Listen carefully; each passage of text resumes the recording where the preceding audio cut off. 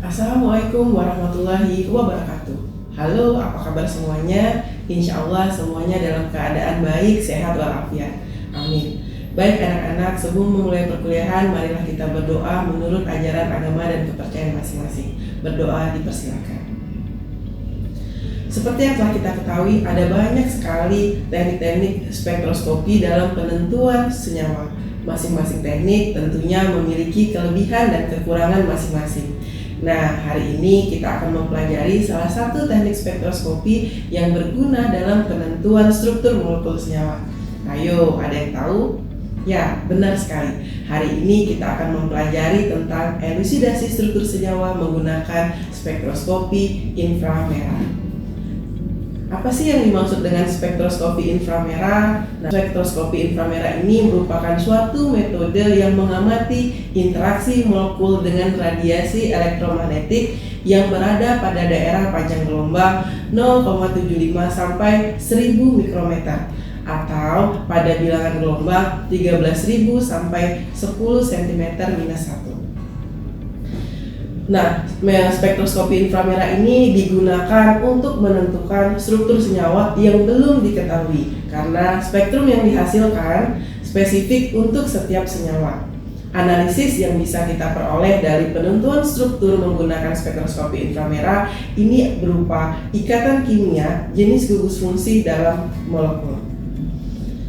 Yang menjadi prinsip penentuan struktur menggunakan spektroskopi inframerah adalah apabila vibrasi alamiah gugus molekul cocok dengan frekuensi radiasi inframerah, maka akan terjadi interaksi medan listrik yang menyebabkan perubahan-perubahan vibrasi yang menandakan terjadinya absorpsi radiasi inframerah.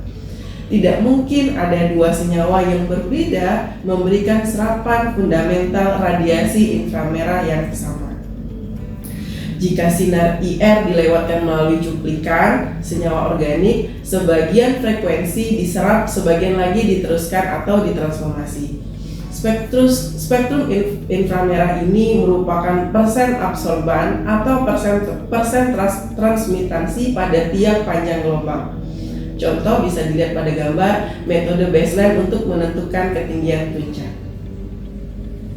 Inframerah sendiri dibagi menjadi 4 daerah. Yang pertama daerah inframerah dekat, daerah inframerah pertengahan, daerah inframerah jauh, dan daerah inframerah yang dipakai untuk analisis instrumental. Nah, bisa dilihat pada tabel daerah inframerah beserta rentang panjang gelombang dalam satuan mikrometer dan rentang bilangan gelombang dalam satuan sentimeter minus 1. Nah, dari keempat daerah inframerah tersebut, radiasi inframerah yang digunakan untuk analisis instrumental adalah pada bilangan gelombang 4000 sampai 670 cm-1 yang terbagi menjadi 2 daerah, yaitu daerah gugus fungsi pada rentang 4000 sampai 1600 cm-1 dan daerah fingerprint atau daerah sidik jari pada rentang 1600 sampai 670 cm-1. Nah, untuk klasifikasi daerah inframerah berdasarkan gerak molekul ini dibedakan menjadi 3, ada daerah inframerah dekat, daerah tengah, dan daerah jauh. Daerah dekat ini terjadi vibrasi ulur overtone, sedangkan daerah tengah ini merupakan vibrasi dasar, ini disebabkan oleh adanya efek isotop dan jenis ikatan.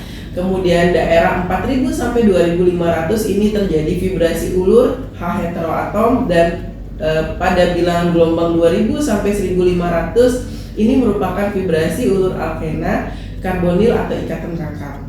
Untuk daerah IR jauh, nah ini terjadi simetri molekul vibrasi dasar. Nah, ini biasanya terjadi pada molekul dengan bobot molekul yang berat. Vibrasi molekul terdiri dari 2. Yang pertama adalah vibrasi ulur atau stretching vibration, yaitu vibrasi yang mengakibatkan perubahan panjang ikatan suatu ikatan. Nah, ini menyangkut konstanta vibrasi antara 2 atom sepanjang sumbu ikatan. Untuk vibrasi yang kedua yaitu adalah vibrasi tekuk atau bending. Vibrasi tekuk atau bending ini yaitu vibrasi yang terjadi karena berubahnya sudut antara 2 atom atau molekul. Tipe-tipe vibrasi tekuk ini ada 4. Yang pertama adalah vibrasi scissoring, kemudian rocking, wagging, dan twisting. hanya mungkin terjadi untuk molekul yang mempunyai lebih dari 2 atom. Untuk gerakan baik vibrasi tekuk dan vibrasi bending bisa dilihat pada gerakan berikut. Bentuk spektrum inframerah berbeda dari spektroskopi UV visible. Kurva spektra IR dibuat terbalik. Karena apa? Karena IR merekam transmisi atau banyaknya jumlah sinar yang mencapai detektor daripada absorbansi. Kalau UV dan visible mengukur absorbansi, maka untuk spektroskopi IR yang diukur lebih banyak transmitasi, sehingga kurva antara spektrum IR dan spektrum UV ini sedikit berbeda. Nah, ini adalah hal yang paling penting ketika kita melakukan analisis dengan spektroskopi inframerah. Tentu kita ingin tahu molekul apa yang kita analisis. Maka kalian perlu tahu bagaimana cara menafsirkan atau mengelusidasi struktur molekul tersebut berdasarkan spektrum inframerah. Persyaratan pertama yang harus dipenuhi adalah spektrum dengan resolusi dan intensitas yang baik. Yang kedua, kemurnian molekul itu harus tinggi. Ketiga, sebaiknya terkalibrasi, biasanya dengan film polistirena. Yang terakhir, metode penanganan sampel harus dijelaskan. Apakah menggunakan pelarut alkohol atau bukan, konsentrasinya berapa, dan tebal sel yang digunakan dalam pengukuran dengan spektroskopi inframerah. Nah, itu tadi dari persyaratan. Yang kedua adalah penafsiran berdasarkan data empiris. Nah, ini kita mengandalkan peta serapan gugus fungsi. 3 daerah penting untuk penafsiran awal. Yang pertama adalah daerah gugus fungsi. Ini pada daerah 4000 sampai 1300 cm-1. Kemudian daerah aromatis atau non aromatis, ini di bilangan gelombang 900 sampai 650 cm-1. Dan daerah sidik jari yaitu 1300 sampai 900 cm-1. Yang perlu kita perhatikan adalah keberadaan atau ketiadaan gugus fungsi. Yang kedua adalah lebar atau sempitnya pita. Yang terakhir adalah terbelah atau tidaknya pita. Untuk penafsiran spektrum yang perlu kalian garis bawahi, yang pertama adalah frekuensi ulur yang penting di daerah gugus fungsi, ya misalnya OH, NH maupun C karbonil. Jika tidak ada pita kuat di 1850 sampai 1540 cm-1, maka berarti senyawa yang kita analisis tidak mengandung gugus karbonil. Kemudian pita untuk ikatan SH dan C rangkap C ini lemah. Pita aromatis dan heteroaromatis ini kuat jika kita menemukan bilangan gelombang 1600 sampai 1300 cm-1. Jika tidak ada pita kuat pada bilangan gelombang 900 sampai 650 cm-1, maka senyawa yang kita analisis merupakan senyawa non-aromatis. Penetapan atas satu pita harus dikonfirmasi dengan pita serapan yang lain. Misalnya untuk senyawa aldehid, jika pita kuat karbonil dan daerah ulur CH di 2900 sampai 2695. Untuk senyawa ester, cek pita kuat karbonil dan pita ulur CO di 1300 sampai 1100 cm-1. Senyawa yang sama akan memberikan pita yang sama di daerah sidik jari, misalnya pita heksana. Ini tidak mungkin sama dengan pita pentana. Langkah-langkah dalam mengelusidasi struktur, yang pertama adalah kalian harus bisa menggunakan peta korelasi. Yang kedua, mulai dengan gugus OH, C karbonil, dan NH. Terapkan pertanyaan iya atau tidak, kemudian cari data rumus molekul dan konfirmasi dengan data NMR atau sumber yang lain. Berikut peta korelasi bagaimana menginterpretasikan spektrum pada spektroskopi inframerah. Berikut contoh bagaimana kita memprediksi struktur senyawa. Berikut kita lihat. Yang pertama yang perlu kalian garis bawahi adalah pada panjang gelombang 1717 cm-1.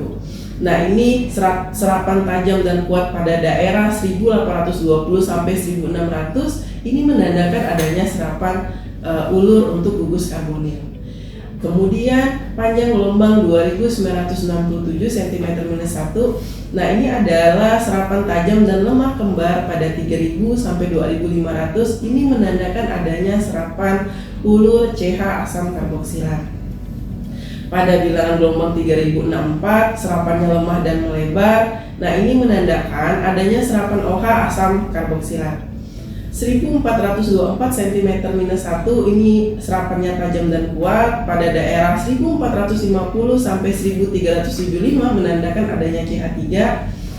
Dan pada bilangan gelombang 1216 dan 1301 cm-1 ini serapannya tajam. Pada 1300 sampai 800 menandakan adanya serapan CO.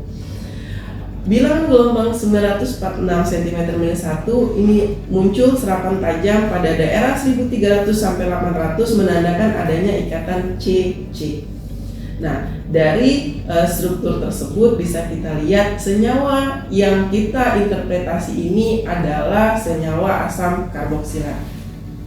Selain memprediksi struktur senyawa, inframerah juga berguna jika kita akan mensintesis suatu senyawa. Keberhasilan sintesis senyawa juga bisa dilihat dari spektrum inframerah yang dihasilkan. Berikut contoh hasil interpretasi spektrum IR pada senyawa selulosa. Bisa dilihat muncul terbentuk puncak pada bilangan gelombang 3326 yang menunjukkan adanya vibrasi ulur OH untuk gugus OH dan hidrogen intramolekul dan antarmolekul ikatan dalam molekul selulosa. Seperti yang dilihat pada gambar yang ditandakan, maka keberhasilan sintesis senyawa selulosa juga bisa kita deteksi dengan menggunakan spektroskopi inframerah. Nah, bagaimana? Kalian sudah tahu kan bagaimana mengelusidasi struktur dari suatu senyawa dan bagaimana spektroskopi inframerah dapat digunakan untuk menentukan keberhasilan sintesis dalam suatu senyawa. Baik, jika sudah tahu, kita akhiri pertemuan hari ini dengan bacaan hamdalah. Alhamdulillahirabbil alamin. Assalamualaikum warahmatullahi wabarakatuh.